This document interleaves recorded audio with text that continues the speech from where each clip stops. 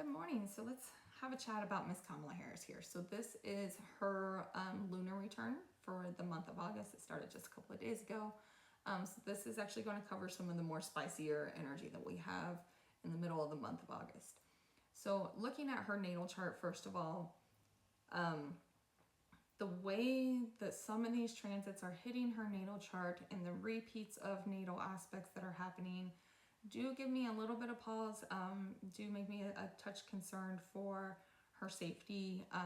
There's potential for either attempts or threats against her or her family even.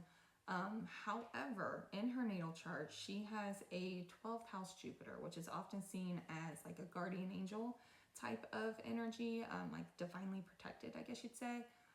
And the way that it is aspected in her chart, it is in a square to her Saturn and her Mars.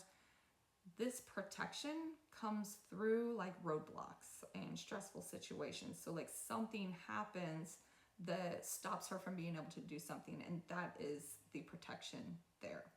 And when I'm looking at this, seeing this Mercury ruled ascendant with Mercury being in the 12th house and these squares happening with between Mercury and Mars in the 9th, and the ascendant and Jupiter in the 10th, kind of what I'm getting here is maybe there is something that happens that keeps her from being able to be where she's supposed to be. Maybe traffic backups, or like an accident on a freeway that gets her stuck in traffic, or possibly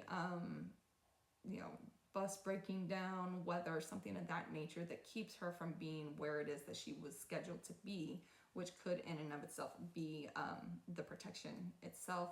Also, that Jupiter being in that 10th house there and ruling the 4th house down here, these like little petty attacks, like surface level attacks on like her heritage and her ancestry and her past and things like that, they're very gossipy, like those are just going to continue to grow.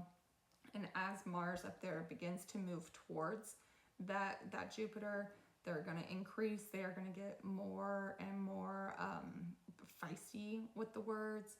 It's also going to continue to feed like this, desire by some to want to bring some type of physical attack towards her as well.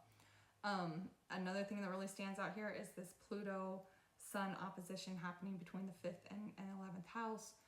Very much kind of gives me this feeling that she's finding out some things. There's something revealed within groups within her 5th house, which could be like diplomacy and like her fun area of life, but also mostly diplomacy as well, that is planning something against her or something along those lines, and it ends up actually just kind of pushing her more out into the limelight. Also, the 7th house being ruled by Pisces with that Neptune and Saturn retrograde in the 7th house. Now, I've said this before and I'm going to keep saying it. Do not be surprised by the letters next to people's names when things start coming out, okay? One thing that it showed that's very clear to me in her natal chart is that while she's very good at seeing the bigger picture, she's very intuitive, she has an extremely difficult time seeing the people closest to her, because Jupiter in her 12th house rules her 7th house and South Node conjunction, and that Jupiter is also in a quincunx to her Sun, almost exact, which says that those people closest to her are very much in her blind spot, okay? So I think she starts to figure things out here that lead to her making these adjustments in who is within her immediate circle with these quincunxes from the Saturn to Venus in the 12th and from Pluto down here to Mercury in the 12th.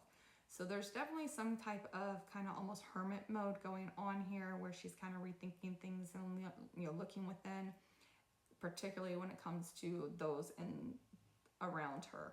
And card wise, the hermit was what I had on the bottom. Oh, I can't see that. There we go. This was what I had on the bottom. So there is kind of this isolation, or at least getting within her head to figure things out a little more. But what I found most interesting is this 5th house, 11th house axis. In the 5th house, I had justice, and in the 11th house, I had judgment, okay?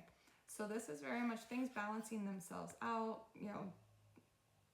justice being served here in the 5th house with this Pluto retrograde could very much be like finding out things about the people around, the groups that she's involved with, things like that, leading to this kind of let go and let God when it comes to the 11th house, having that second chance to do things differently from the 11th house as well. So that I found that very interesting, especially because these are two major arcana cards. So that is very much showing me like this kind of almost faded type of energy between those two houses. What I also find interesting here is in the 12th house, we had Page of Swords. With this 12th house, these quincunxes and squares to the 12th house here, she's getting a little curious about folks. She's kind of holding back and looking through like who is around her, what does she need to do, what changes does she need to make, and she's really kind of sitting with that and thinking through it during this time for sure. Especially with this south node here on the second house cusp, there's some kind of release of partnerships that maybe she really valued that needs to happen because of things that she's finding out during this time. But overall, Queen of Wands was the first house ruler, so she's making things happen, she's creating things, she's definitely on top of her game regardless.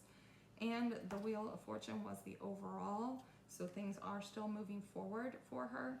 It is definitely spicy, does have some conflict involved. There is definitely potential for attempts or threats against her or her family, but overall she is ultimately very protected.